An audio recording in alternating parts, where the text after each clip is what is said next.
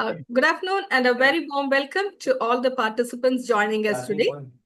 On behalf of For Job Human Capital, Zenta Recruit, Windbelt and Bridgy Academy under the Bridging Industry and Resources for Cooperation initiative, I'm delighted to welcome you to today's workshop on building high-performance teams in the modern workplace.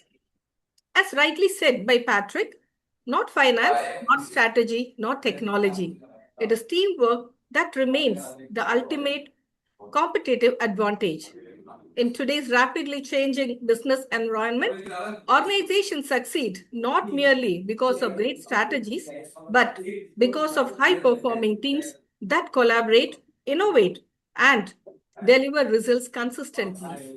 Today's session will help us understand how leaders and HR professionals can build, engage, productive, and future-ready teams capable of driving organizational success. Before we begin, it is my privilege to invite an accomplished industry leader, a passionate advocate of workforce development, and the driving force behind this initiative, Mr. Megha Srikanth, CEO of For Job Human Capital, Zenta Recruit, Windbelt, and Bridgy Academy, to deliver the welcome address and set the context for today's workshop.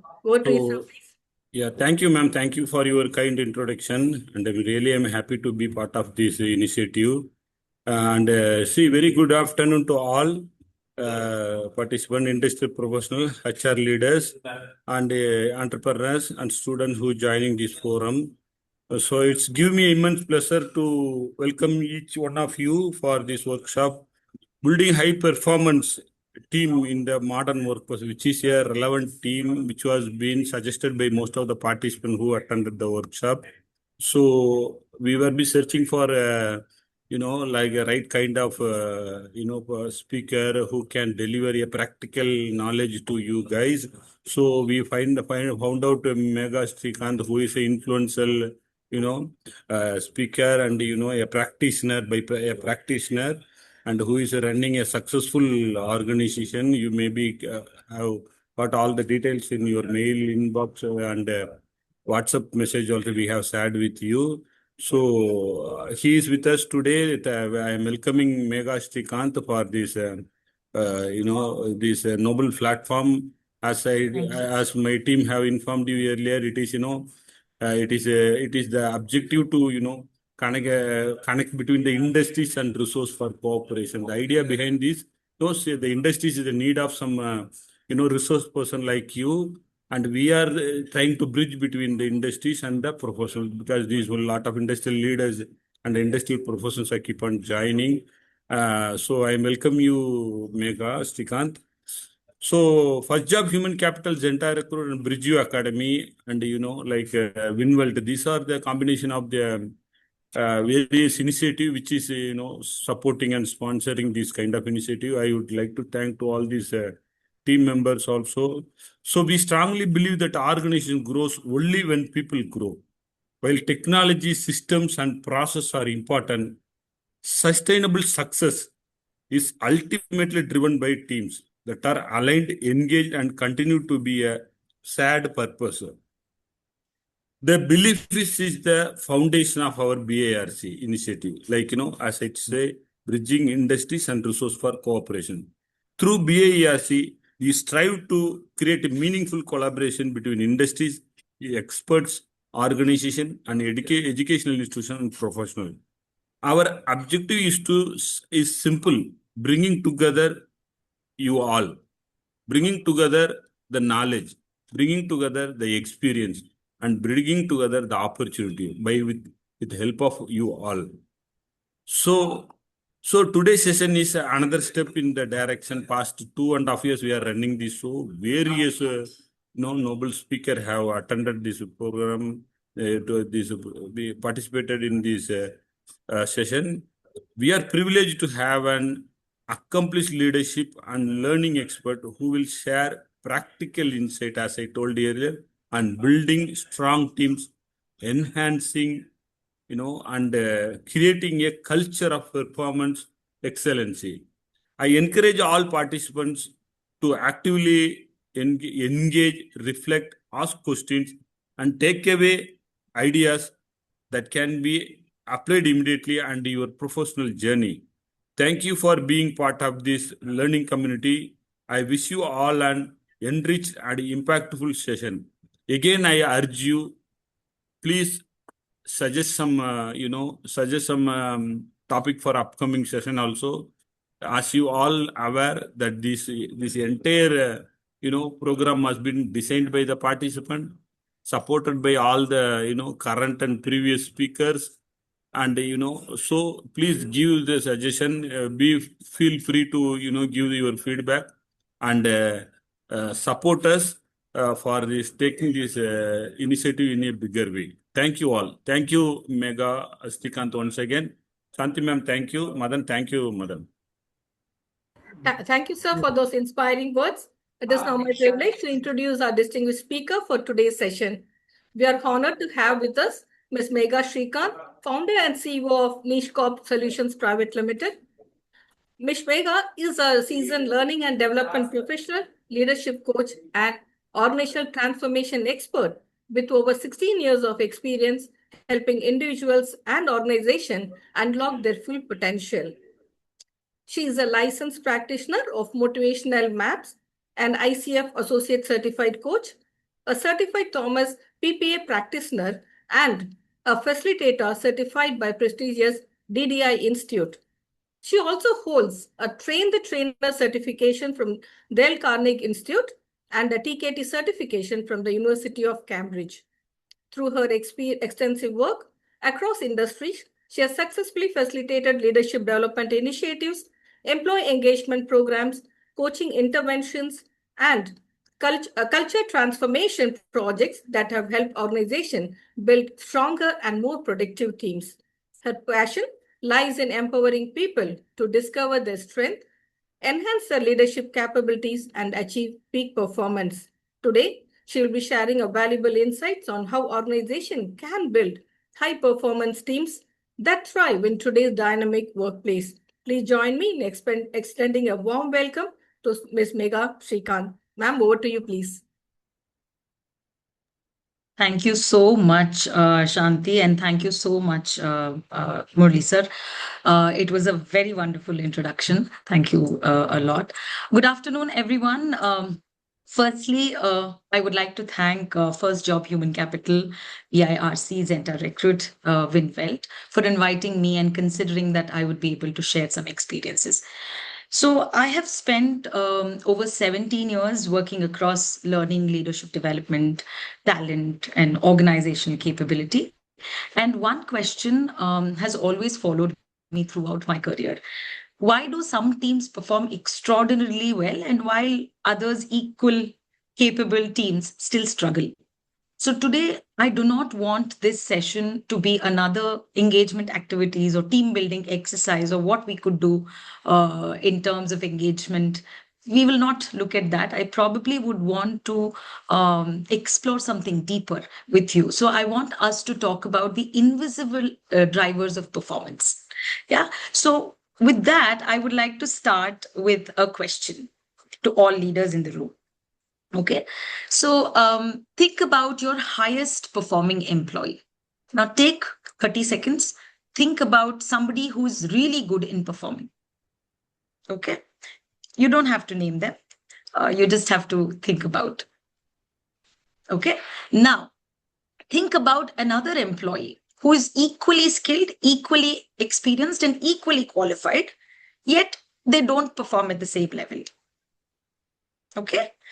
Now, why do you think that happens? I would like to invite all of you to use the chat window and type in your responses. Why do you think they don't perform at the same level? Okay. Let's see. So think about somebody who performs really well and think about somebody who doesn't perform well, but who is equally skilled, equally experienced, and qualified. Why do you think the performance is not at the same level? Probably politics. Okay. Motivation at job. Okay. Disengagement. Correct. Does not have the space to showcase their work. Okay. Attitude. Yeah, sometimes attitude, or probably motivation, as you said, mindset, low level skill. Okay, excellent. Now keep those answers in mind because we will revisit them later. Okay, now let me just close the chat window. Okay, the modern workplace paradox. Look at organizations today. We have better hiring processes, more training, more technology, more engagement initiatives than ever. Correct? All of us agree. Yet, attrition is rising, burnout is increasing, performance remains always inconsistent. Why? Because we have become exceptionally good at measuring outcomes. We have become much less effective at understanding the drivers that create those outcomes. Right? Now, what is that we are not still seeing? That question still lingers in all our minds. Then, what is that we are not seeing? Now, let's see what usually leaders measure. Okay. Now, raise your hand, or you can use the chat window to say yes. How many of your organizations measure attrition, engagement, performance, productivity, all of this on the left hand side? How many of you agree with this? How many of your organization measures these?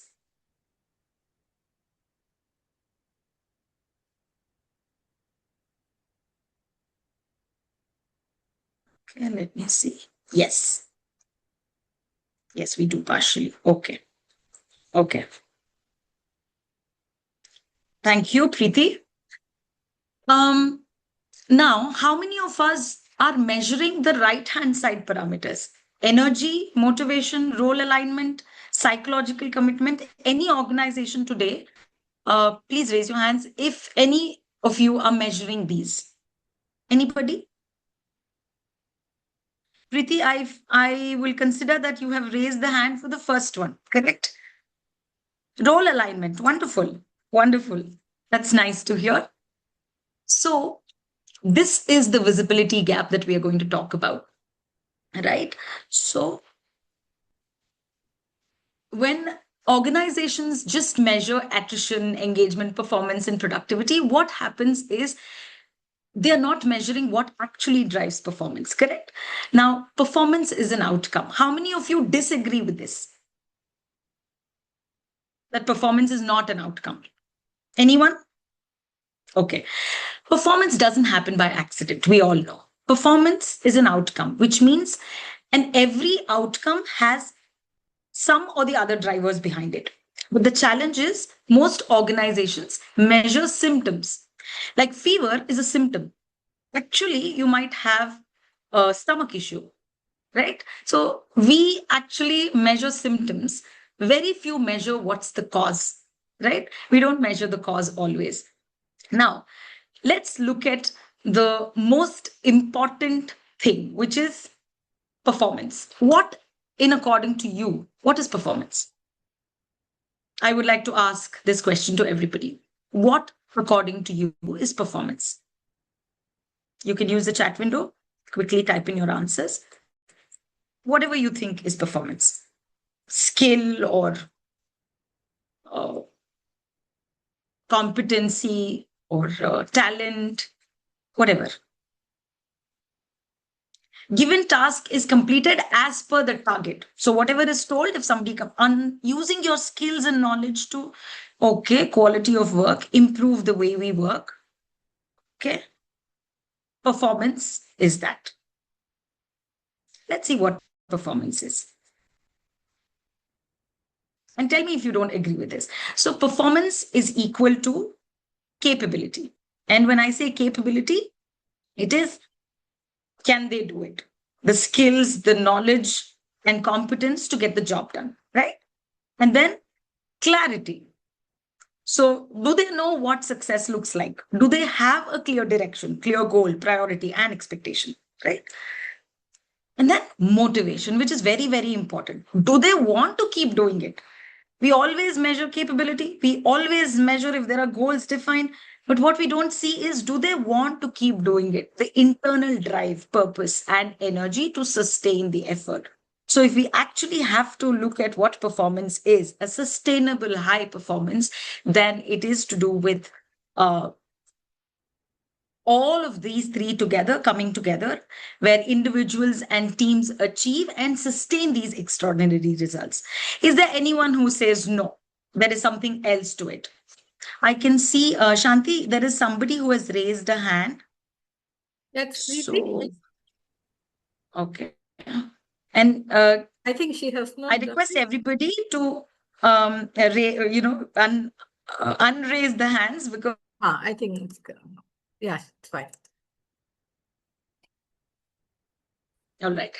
So now that we understand that performance is a trifecta of all the three things, which is clarity, capability, and motivation, right? Now, what happens if there is something missing? If one of it is missing, because not all organizations have everything, right? Not all organizations possess everything in their employees. So let's see what happens if there is capability without motivation. There's clarity, there's capability, which means I can do it. I just don't want to. So let's start with the first scenario. I would like all of you to think about, have you ever had seen an employee who's extremely competent, they're knowledgeable, they're experienced, they know exactly what to do, but somehow they're doing the bare minimum. No enthusiasm, no ownership, no initiative. Raise your hand if you've seen this. Raise your hand. Okay, people are using chat.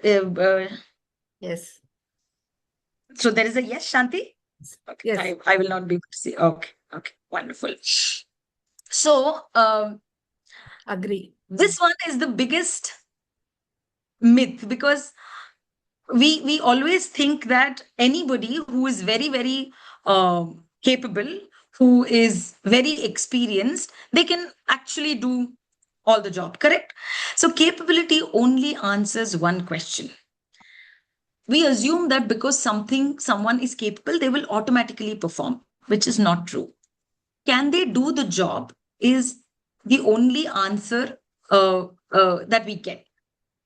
It doesn't answer, do they still want to do it? Because people don't want to wake up just one morning and suddenly become disengaged, right? So disengagement is usually gradual. Something is no longer energizing them. Maybe their role has become repetitive, their growth has plateaued, or they don't see meaning anymore. They feel undervalued. The manager no longer inspires them. So the capability is still there, the clarity is there, but there is no motivation. The willingness has disappeared. Now, what are some of the business consequences when motivation is not available, clarity and capability is there? So, when motivation declines, despite high capability, organizations will definitely experience quiet quitting, reduced discretionary effort, low innovation, and then there is higher absenteeism. Sometimes people say, oh, Megha, we have seen people going on unplanned leaves because they don't care. There is no motivation. Increased attrition risk. So these are expensive because they're often invisible at first. So what signs leaders should watch for? Signs that you should watch for is when people start contributing less in meetings. They stop volunteering for projects. They become transactional. Their curiosity declines. They stop bringing new ideas. And leaders often say, but this person used to be very good. He used to be fantastic when we hired. Exactly. They can still do. They're just no longer energized. So capability determines potential. Motivation determines whether potential is actually realized. Right. And this is why high performers sometimes leave organizations that everyone else thinks is a great organizations to work with. Right. Now let's see the other scenario. Okay, so what happens when motivation is not available with the other two available? We saw.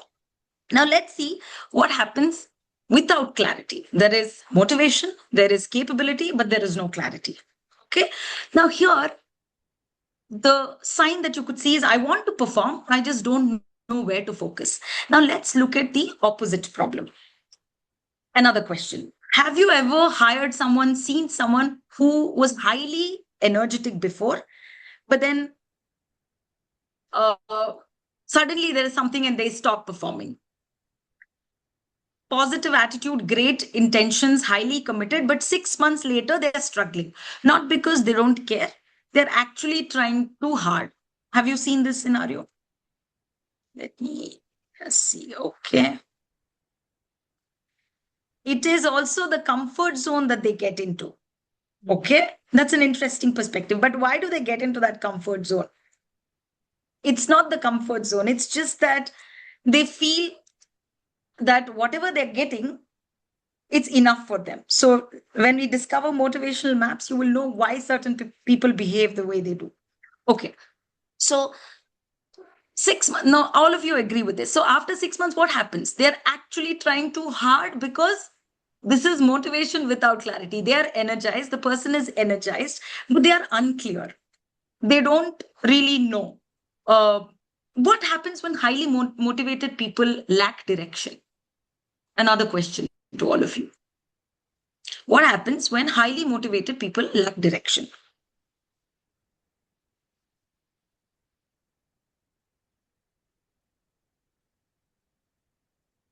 Due to lack of clarity on role. Okay.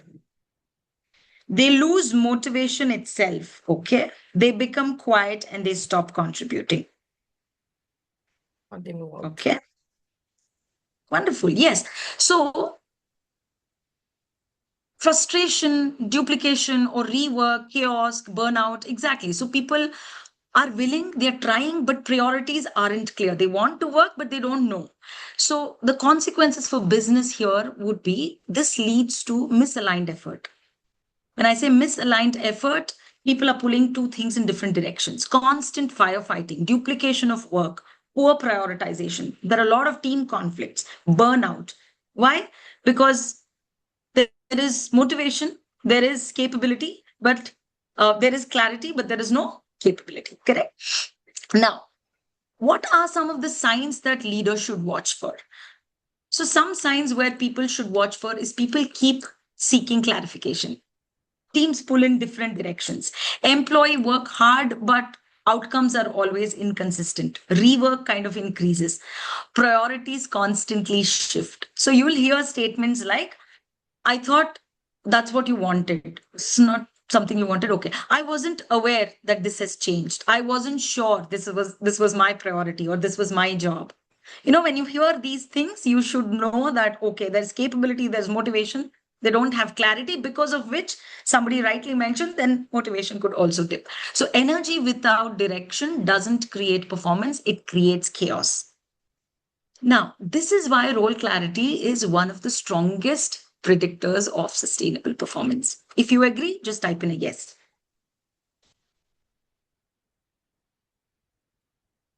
Okay. Wrong, yes. Now, let's see what happens. Let's see what happens when you have motivation, clarity, but no capability.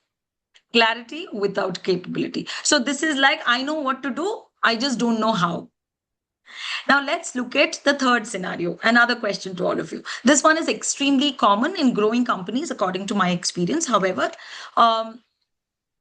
the expectations are crystal clear. Okay, KPIs are defined, targets are communicated, roles are understood. People know exactly what's expected, but performance still doesn't happen.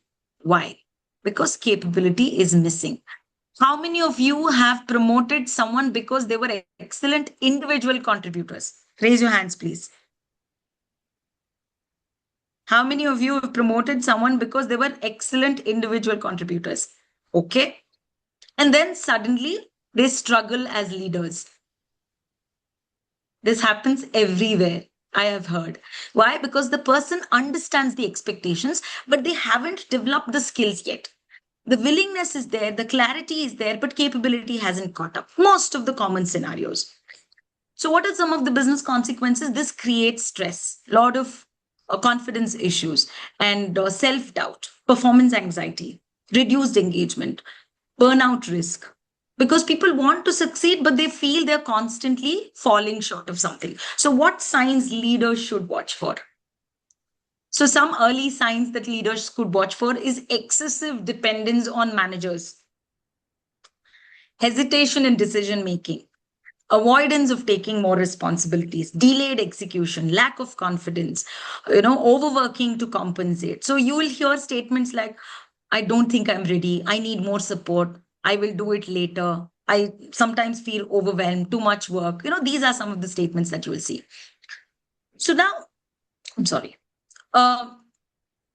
One of the biggest mistakes organization always make is assuming capability automatically scales with experience. It doesn't, because every new role demands new capabilities. So clarity actually creates expectations.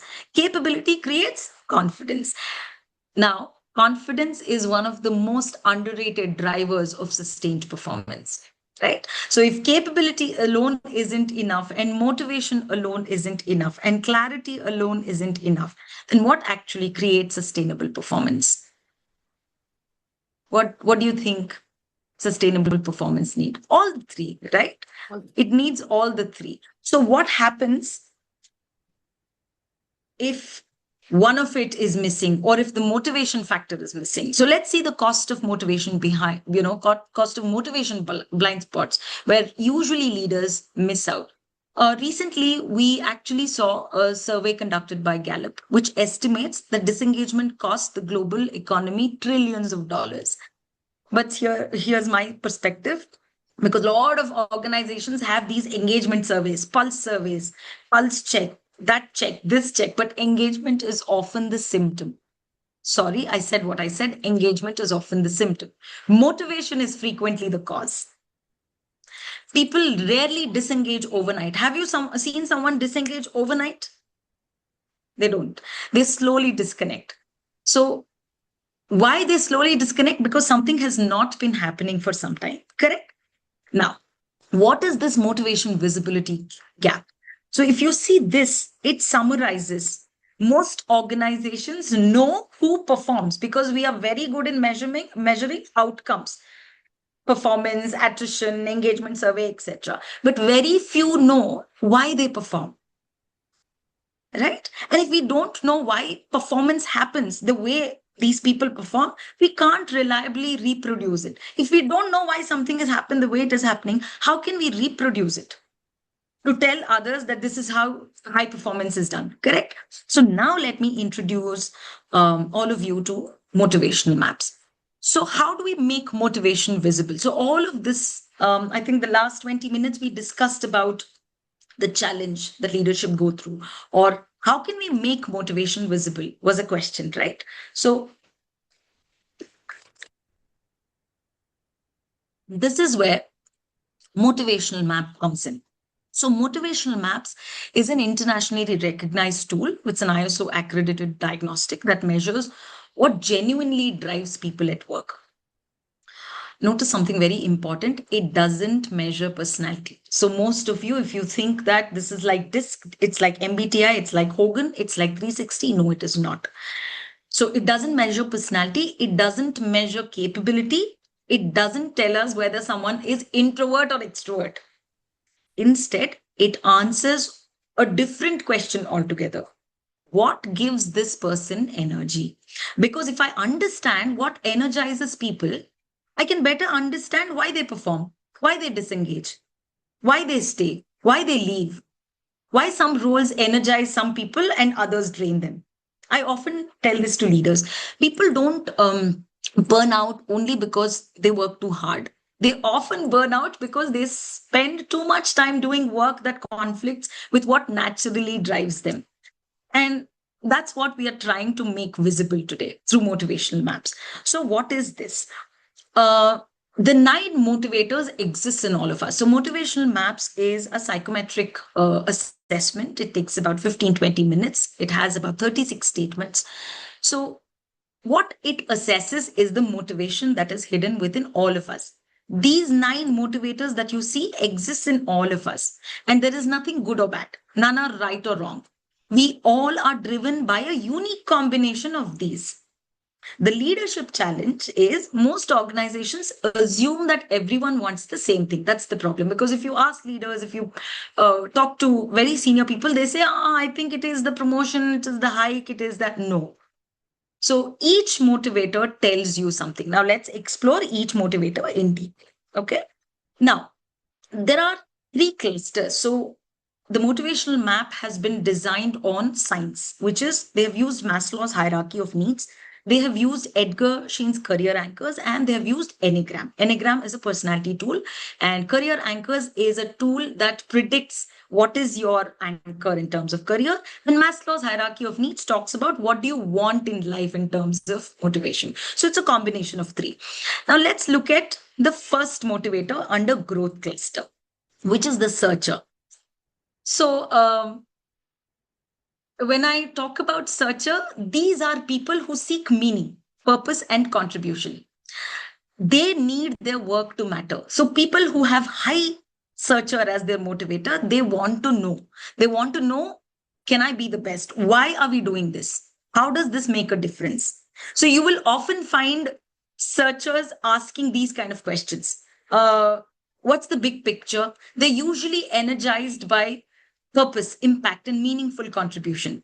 They always start questioning work. So people think, leaders think that he never, says yes, she never says yes, she questions a lot because they're motivated by knowing what am I making a difference in this task. So they start questioning work. They feel disconnected when unmet. When this particular motivator is unmet by the organization, then what happens is they feel very disconnected. They quietly disengage. They become emotionally detached.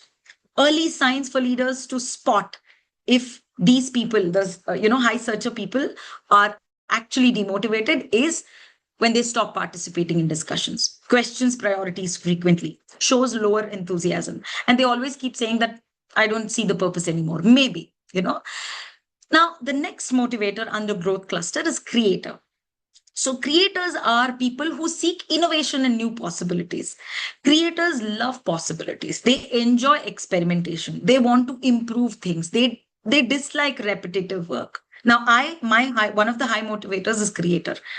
So for me, everything has to be new. I have to keep doing something new. Otherwise, I get bored. I can't work. So when it is unmet, we get bored quickly. We lose interest. We become restless. How can you spot if somebody is demotivated? Is early signs is frequently they suggest changes.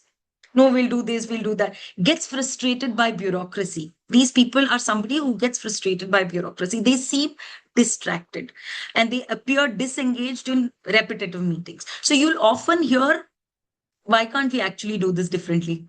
These people ask these kind of questions. Now let's look at the third motivator, which is spirit. These are people who seek freedom and independence. Spirit individuals need autonomy. They want ownership. They want freedom in deciding how they achieve outcomes. These are people who can never be micromanaged. When unmet, they feel micromanaged to the core. That's why a lot of people say, no, I think I will leave the organization now because I feel I'm being I'm being managed or looked at or taken care very closely. So people do not like that. They want freedom. They want to be given the task and given the time and given that freedom to do. They withdraw. They become frustrated. Some of the early signs are they resist unnecessary processes. They question authority frequently. Why should I? Why not this? They prefer working very independently. It becomes visible when you see that irritation. So you'll hear things like, just tell me what needs to happen, I'll figure it out, or just tell me what needs to happen, I will give it, don't worry. Right? The next thing is achievement cluster. So there are three clusters: growth cluster, achievement cluster, and relationship cluster. Now the second cluster under achievement cluster, the one of the motivators is direct. Now these people are people who seek influence and control. Now, imagine a leader's top motivator is director, who actually seeks power, control, influence, and they are usually energized by responsibilities, influencing. They like making decisions, taking decisions. They enjoy leading. Now, in the team, if there is somebody whose least motivator is director, they'll feel conflict. They'll feel that, oh, my manager is micromanaging me, because his or her top motivator is spirit, who wants freedom, and now the manager or the leader who is leading them is a high director. And for him, if that motivation is not met, people who have high director, they feel powerless. They become frustrated. They start disengaging very early. So how can you spot? The early signs for you to spot as leaders would be frequent changes, frequent challenging decision. frequently challenging your decisions, wants greater involvement in things, pushes for more responsibilities, and they appear very impatient always. And you will hear saying that, why wasn't I involved in this discussion? Why wasn't I involved in this decision? I was not told. So, these kind of statements can give you a fair idea of what this person could be seeking. Now, the next motivator under achievement cluster is expert. Now, these people seek mastery and knowledge, which means they love becoming exceptionally good at something. They value depth, they enjoy learning. If unmet, if this motivator is not met, then they feel stagnant. They lose interest. They seek opportunities elsewhere because they feel, I'm not learning anything. I'm not expert in this. Everything touch and go. I want to be an expert of something wherein people should come to me and ask. That energizes them. So early signs for leaders would be requests learning opportunities. They always come with, can I learn something? Can I get into a certification? Can I do this? Questions technical discussion. They appear frustrated with superficial discussion. They show lower enthusiasm for routine kind of work. So you will hear people saying, I don't feel like I'm growing anymore. These kind of statements should tell you that, okay, this is a high expert, maybe the motivation is not met. Now, the other motivator under this cluster is builder. People who seek achievement and material success. Most commonly assume that everybody would want this. Of course, we all want it, but our ranking could be very different. Now, builders are driven by results. They like winning. They enjoy achieving tangible outcomes. They are highly competitor mindset people. So when unmet, what happens is they lose competitive energy. They start looking elsewhere and they reduce the discretionary effort. Early signs for leaders would be they keep asking about growth opportunities, promotion, becomes increasingly goal focused, talks about rewards, appears frustrated by slow progress, right? So you will, the sign could be when you hear, what's next? What's for me?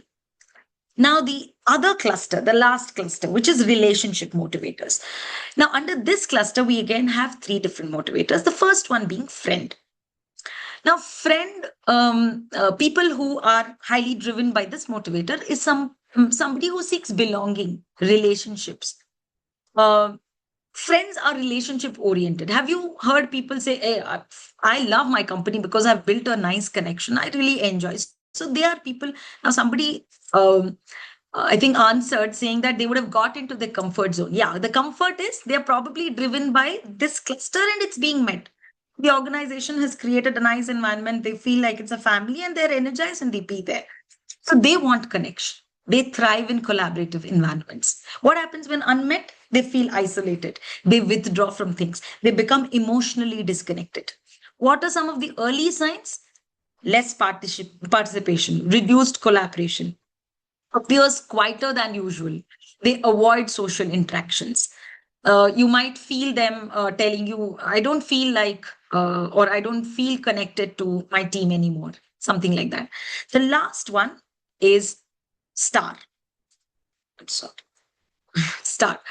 They are the people who seek recognition and visibility.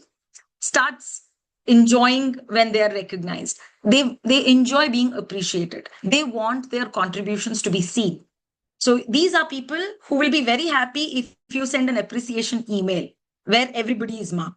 If you just give them the feedback, they might not be as happy, but in front of people, because recognition matters deeply for these people. What happens when unmet? They feel undervalued. They become demotivated and they start reducing effort in their tasks.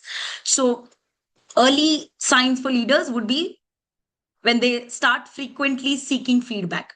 They appear disappointed when contributions go unnoticed. They talk about lack of appreciation. So this could be your early signs, or they become quieter in meetings. Could be. And they always scrib about things not being noticed because they really want things to be noticed. Now, the last one would be defender. Defenders are people who seek security, stability. They value predictability. For them, shockers, surprises, they feel very restless because they prefer stability. They appreciate clear expectations. And what happens when unmet? Experiences anxiety. becomes resistant. Because people who want stability, security, they're good. They don't like surprises. They don't like to be kept in dark. For them, when it's not met, they feel extremely restless and they become resistant. And that's why organizations, when there are people for a longer time, like 15, 20 years, very senior positions, sometimes they resist change. Why? Because their top motivator is stability, security. Whatever is going on, let it go on. I don't like, too much of change. Those are kind of people. Now, some of the early sciences, they ask many questions. They seek reassurance. They appear um, worried during organizational changes. These are the ones who resist change the first, and they become very jittery because for them, security. What if I lose my job? What if I lose this? So they function from that area. Now, you will hear probably from them what's exactly changing? Why are we changing? Why do we need this? That kind. Now that we have understood all the 9 motivators, what does the research say? This is where things become fascinating because we have done motivational maps has been there for the last 25 years, because 20 years. James Sale is the person who pioneered this tool. And across more than 1 lakh plus 1,30,000 to be precise, we have conducted globally. And to our surprise, Searcher was the top motivator. So when we conducted a survey on all these 1 lakh plus maps that we have conducted, the report actually gave us a very surprising thing that globally, when we see, people actually are motivated highly by purpose, meaning, and contribution. So Searcher emerged as the number one motivator, 40% of cases. Star was just around 1%. But usually, here's the question. What do we reward? We always think that people always expect recognition, appreciation, rewards, award. Not everybody. That's only 1%. 40% of people actually want meaningful, contributory work. They want to feel that they have given their full potential. So, but actually what people seek is everything of this in a combination. So this doesn't mean recognition isn't important. It means we often design cultures or our frameworks or policies around assumptions, motivational assumptions that it may be universally true. If one is seeking promotion, I think everybody wants promotion. No, it is very different, right? So this is why leaders sometimes tell me that we've done everything, Megha, for our people, and they're still disengaged. I really don't know what to do. Perhaps we have been solving the wrong problem then. Yeah. So do you agree, and do you understand and comprehend this particular tool? A quick yes. Megha, we have one question from Mr. Shivaram. Shall we take it now or later? Okay. Because if it depends on the question. If it is lengthy answer, then I will take it in the end. What is the question? 100% agree. But does security of job require for performance? Yes. So no, see, for top performers, this whole point is everybody needs all of this in different ranking order. If we know what is the top 3 for everybody, for you, the top 3 could be defender, searcher, and expert. For Shanti, it could be star, friend, and something else. However, as a leader, I know that Shivram needs security and I know Shanti needs, autonomy. Then as a leader, I can actually help them give what they want rather than treating everybody on the same plate. Did that answer the question, Shivram?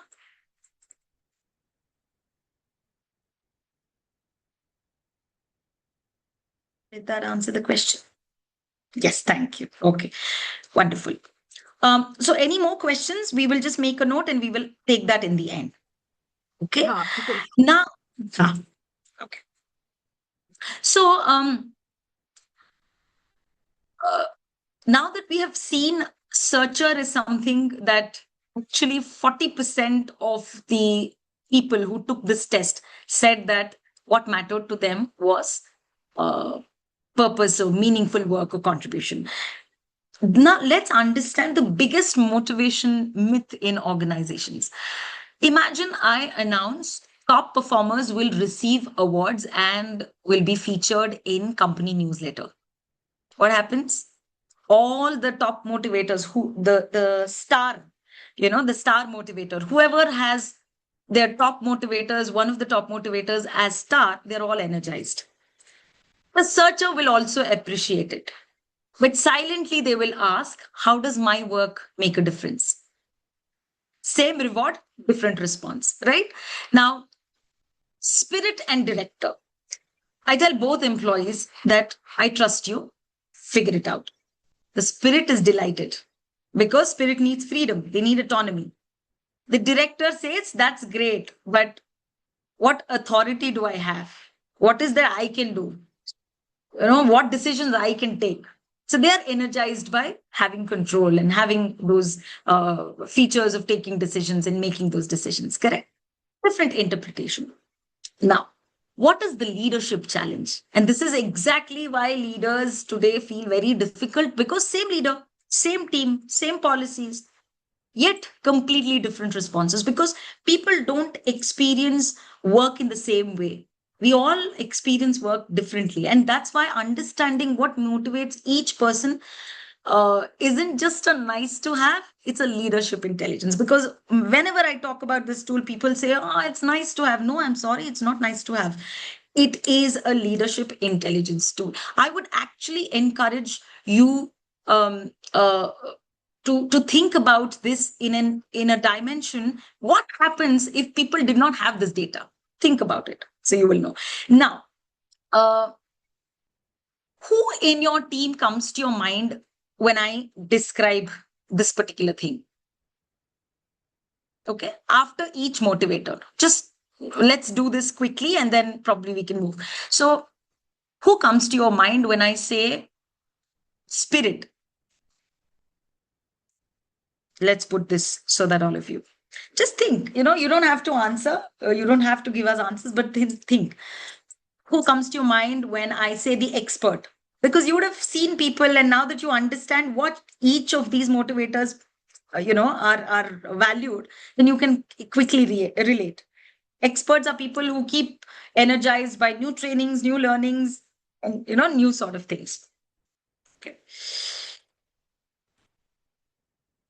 Now, what we will do is we will understand how this tool can actually help people perform. That could be a question that is running in all your minds, correct? So let me introduce the motivation accelerator. So this is the framework I have built around making motivation actionable. What we will do is we will first discover, we will make motivation visible. And then we will provide the test, and everybody will take the test. We will get the report. So we will make motivation visible first. And then we will translate that data into business insights as to why this particular person isn't performing in this role. Why? Because this person's motivators are so different that role fitment is an issue. Right? And then once we decode, once we translate all the data into business insights, then we have a dialogue. We enable meaningful conversations. We help managers and leaders understand that each person is different, and how can one have a meaningful conversation wherein both people understand that what is needed from both of them. And then we design interventions. We first train our leaders and managers to how to analyze which motivator is needing what. And then we design the intervention in terms of, is there a role fitment issue? Is there a performance issue because of misalignment of the motivators? Or is the engagement issue because there is a conflict between motivators of these two people working together? And once we design interventions, then we drive. What we drive is we drive to create the sustainable outcome. So motivation is not the end. I feel performance is. Correct. So any quick questions here? I have about a minute. Any questions? Yeah, there is 2 questions over here. Mm. So does that mean to create high performance team, people need to have to be identified and then supported accordingly? One second, let me. Where is that question? Yeah, it is. Okay, so does that mean to create high performing teams, people's need has to be identified and then support? Yes, yes, of course. See, performance is an outcome, and that outcome definitely should have a lot of this. As a layman's example, all I can say is you have bought a new car. It's a diesel run car.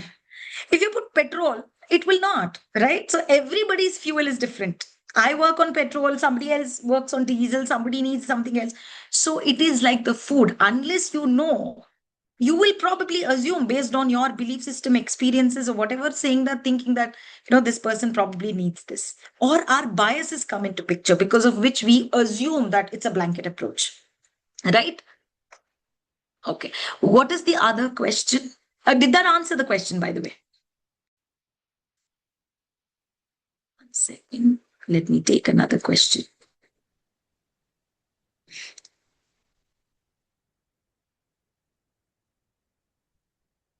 You mean to say that every employee will fall in any one of the three verticals? So each and every employee, you, me, Shanti, we all have all of these 9 motivators, except the ranking is different. Your defender could be last, my defender could be first, somebody else's spirit could be first, for someone else it could be on the 7th place. So from 1 to 9, the ranking decides what matters to you the most and what doesn't matter to you the most. That's all. Did that answer the question? So I will, Balaji, I will take this question a little later. Quick check. How does this motivation map very coincide with the Belbin team roles? Okay, I'll answer that in a little while. Okay, we will continue this. Thank you. Okay. Now, now that we have seen how we could actually do this as an intervention, we will now see what are some of the business applications. Okay, where this can create impact. So, how does this help in our organization, Megha? We keep getting those questions a lot. I say hiring, where you have role fitment. If you have to assess a new leader, you are hiring, say, 3 leaders, very critical role. You're hiring those leaders, and you really want to know if the leader fits the culture of the organization and if the leader is really capable of managing people. However, if after the test you find out that the leader has high director, one of the top motivators is high director.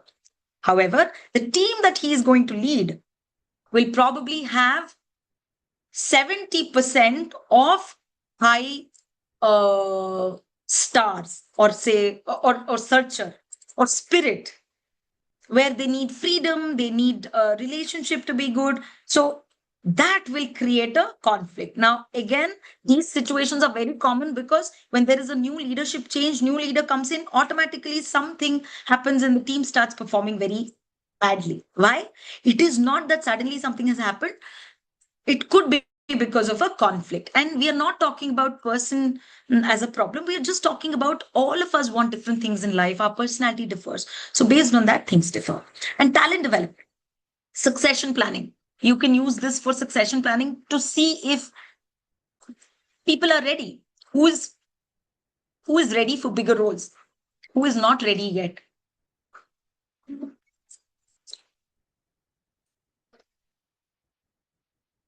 Team effectiveness. Where are friction points? Why are these two people, this particular developer and this developer, doesn't go well with each other? Or why do we have two people on the shop floor always fighting? And because of that, there is a recently, and this example just came to my mind because recently I spoke to one of the leaders and he was talking about his shop floor and how people are really not performing. So that example came to my mind. Retention also. So why do good people always leave? Why do you think good people always leave? Now, if I ask you that question.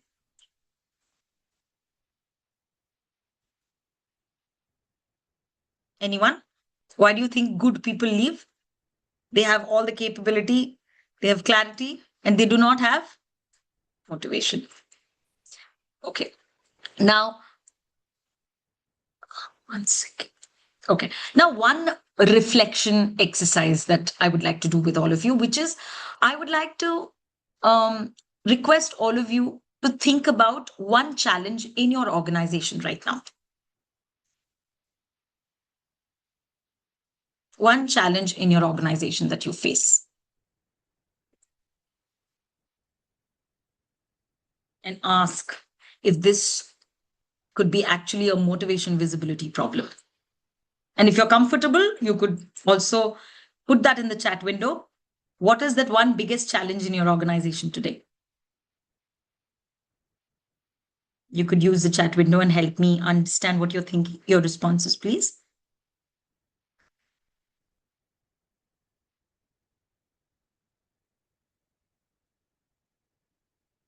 Okay. If you do not want to answer that, absolutely fine. But just think, could this actually be a motivation visibility problem? Think about it. Because if this is a motivation visibility problem, then we can solve this, because it starts with understanding what drives people. And when you know that, it really helps people. What if it's not something not to do with motivation?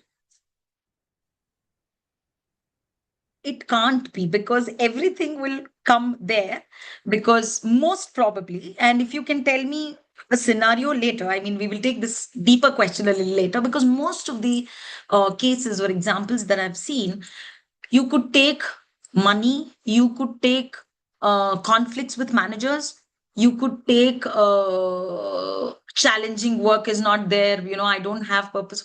Whatever it is, something is not energizing this person to be there. I'm not saying it's motivation as in growth. Okay. What if it's not something? Okay. Yeah. Again, that's what I said. Motivation is nothing but the energy for you to do that work. Everything has to do with motivation. Unfortunately, there is nothing as a human being, your motive, right from getting up till sleeping, there is a motive. Motive as in, what are you thinking when you do that? So everything has to be motivation. Unfortunately, we will not be able to really tell that this is not motivation. So I would love to actually continue this conversation, but this actually gives us another realm altogether. But I would like to take questions. But before I do that, I would like to tell all the attendees, we are offering a complimentary motivation visibility scorecard. A short diagnostic conversation where we will explore what you're currently measuring, what might be invisible, and where motivation data could create business value. Okay, so it's a free 15-minute diagnostic conversation for HR and business leaders. If you're really interested, please do contact it. We will take that forward. So I will leave you with one thought here, that performance is visible, motivation is invisible. But invisible drivers often create visible outcomes. We should all understand that these invisible drivers are the ones that create outcome that you see. And perhaps the future of leadership isn't simply measuring what people do, it is understanding why they do it. Thank you. Thanks, Shanti.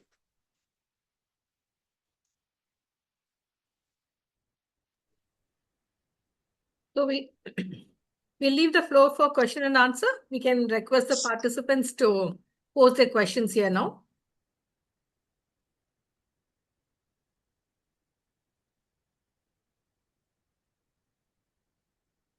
Megha, shall we take this question? Yes. How does We this can start motivation map varies coincide with the Belgian team roles? Oh, yes. See, motivational maps. And I'm sorry, who was that who asked the question? I forgot the name. Yeah. Mr. Balaji. Balaji. Okay. So, Balaji, how is it different? Motivational maps is something that talks about human potential in terms of anybody who lives and who is working will be driven by three things. Our motivation, the source of motivation is our past, which means personality. How we have been, brought up, our geography, our culture, our, upbringing, everything, the past, basically our personality. The second factor is present, which is self-belief. What do I believe about myself? How confident I am? Do I feel I'm skilled? Do I feel I'm, capable? Self-belief, that's your present. And that's something that keeps changing. That's not uh, constant. Personality is constant, but in motivational maps, apart from, unless otherwise like Belbin roles, we have parameters which are varies, which are variables, which are not things that will stay stagnant, like personality, right? Team roles are well-being team roles mostly to do with when you form new teams. I think they are mostly to do with understanding the roles, understanding who drives what, because I am not too sure why or in which context well-being rule is used for performance. So we could definitely take that conversation later. If you know, definitely tell me. Otherwise, motivation is something that is driven by past, present, and future. Future is something where our expectations come into picture. So what do I expect from future? What do I expect from life? What do I want from life? How do I want to see myself? Or do I want to just earn, just make money? Or do I want to do some work which gives me satisfaction? So those kind of questions, future answers. So motivational maps is a dynamic tool. It keeps changing every year. Belbin's team roles is only used not for an individual, I think, to sort of understand team strengths or in that direction. But motivation is something to do with a dynamic character, dynamic parameter which keeps changing. Hope I answered that question. If not, then we can definitely connect later. And we have a question from Miss Akila. How can organization keep employees motivated beyond rewards and incentives? That's exactly what we discussed so far. Beyond incentives and rewards, we can keep them motivated if we know what motivates them. Because for me, rewards and start probably 10 years ago, I was somebody who used to be a high star, and it changes. I'm not lying. I have two reports now. One I took in 2017, the other one I took in 2024. Guess what? I think the motivators had changed so much. In 2017, my relationship cluster was high because I was going through a very bad phase. I was a new mother. I had a small baby. I just wanted belonging from work. I used to just go do my work because I felt nice going to work. However, 2024, my growth cluster is high. And that's why I quit my corporate journey, because they gave me reward, they gave me this thing, but I didn't want that. I wanted meaningful work. I wanted to do this. I wanted to build something on my own and do something. And that's how I said bye to my corporate career and started the organization. I think that answers the question. And how do you get the diagnostic tool that's given by meeting room 4? Name is not mentioned. So the diagnostic, thank you. The diagnostic tool will be through a link. It's a 15-minute online assessment. So you should contact me if you would like to take a test for yourself or for your team. However, and that's why I said we will first, so that's why we are offering a 15-minute free diagnostic conversation for us to really see where the problem is and what exactly it is. We are the only providers in India. So let me also take this opportunity to, I'm really honored and humbled to say this, but I'm the only motivational map practitioner in India so far. So we have globally 1,900 plus practitioners, but in India, I'm the only one. And I'm not just proud, I'm also a little disappointed. You know why? Because in the last 22 years, why no coaches or no leaders have actually thought of getting this to India and practicing and creating that awareness? So geographically, India, cultural wise, Indian work system is very different. We don't invest in employees. We invest in AI. We invest in technology. We invest in infrastructure. We invest in big offices. We don't invest in employees. However, we invest in team lunches, team dinners, team outing, etc., etc., etc., etc. So Yes, motivational map diagnostic tool we cater to. So if you really are interested, please do let me know and we can send the diagnostic tool to you or anybody. I think that answers 4-5 people who had asked that question. Yeah, same question. And Thank there's you. a question from Mr. Praveen Kumar. What truly drives Mhm. employee engagement in the modern workplace? I think, yeah. What truly drives employees? Again, if all employees were the same, I would have given you one answer. Unfortunately, all are human beings and all need different things. There is no one answer, and that's what we've been talking. That today in the modern workplace, organizations, leaders should understand that human psychology, human behavior, human needs are very different, and also it doesn't only depend on individual. We have also seen a pattern. Gen Zs, what they require from work is very different from people over 40, from people over 50. Experienced people expect Shanti, peace, they just want work or, that kind. Now, Gen Zs have a different sort of motivation. They want freedom. Actually, in Gen Zs, you can see spirit being one of the top motivators. So, what does employee need? There is no one answer unless and until we have different people to cater to. Thank you.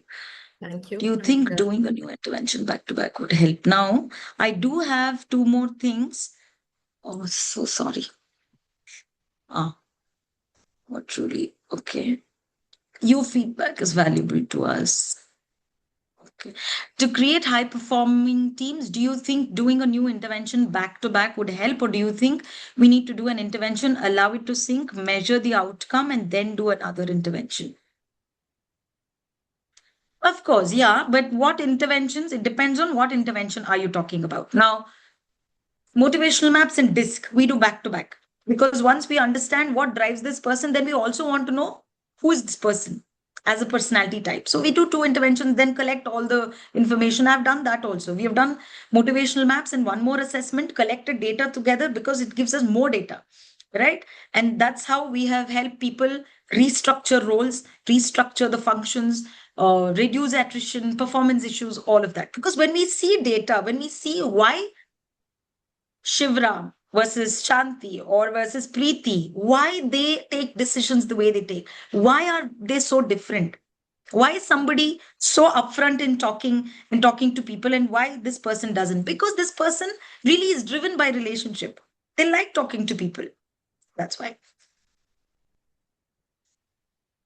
So data is good. If you have 2 interventions which is complementing each other, I think you could.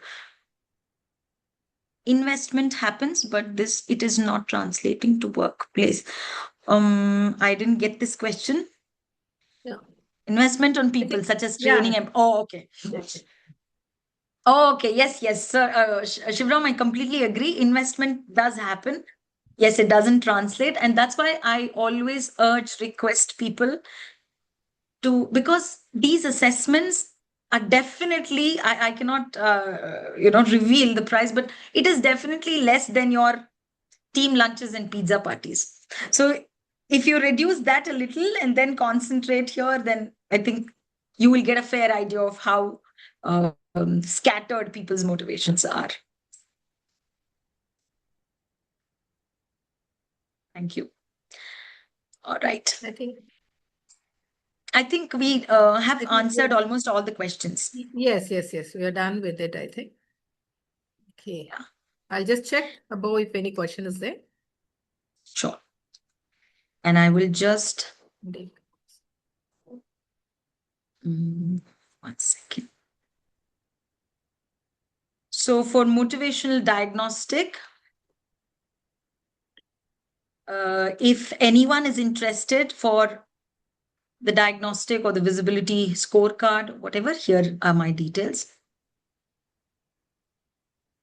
Hope I can put this here, right, Shanti? I've just given the phone number and other things. Yeah, I think you can share it. Thank you. 1 second.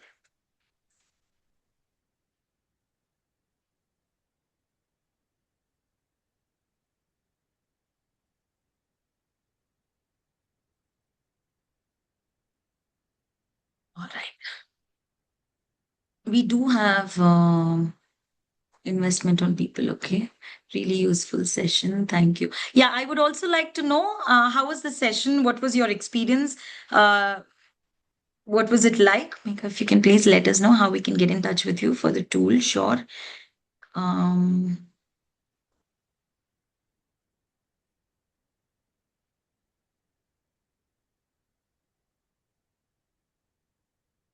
Thank you. Thank you so much. What is trifecta? Trifecta is a shape or a, kind of structure which cannot be the same even without one pillar or one significant thing. And that's why we say performance trifecta, because performance needs motivation, clarity, capability. And capability could be termed in different sense: skills, competency, capability, whatever. I saw this in the slide. Yeah, trifecta is that. Thank you so much. I think I also did enjoy the session because all of you were very participative and that really helped me. So here is the details of the organization and me and the phone number. In case anybody is interested, please do let us know. Please do call me. I'll be of help. And thanks, Murli and Shanti, once again. So, thank you, Megha. It is really very articulate. It is very actively you made engage this participant, and we got such a like very widespread knowledge on this, how to improve the performance and all those things. Really, thank you very much for your energy and all this time and your. No, it's really very nice. Thank you, Megha. And we have circulated and we have given all this contact to every of the participant also through mail and all those things. They will be in connection with you. And whenever there is a need, we will also let you know. Okay, ma'am. Thank you, ma'am. Santhi, ma'am. Thank you, ma'am. Yeah, Thank you, all the participants also. Thank you, Madan. Thank you, sir. Thank you, sir. Thank you, sir. Thank you so much, sir. Thank you.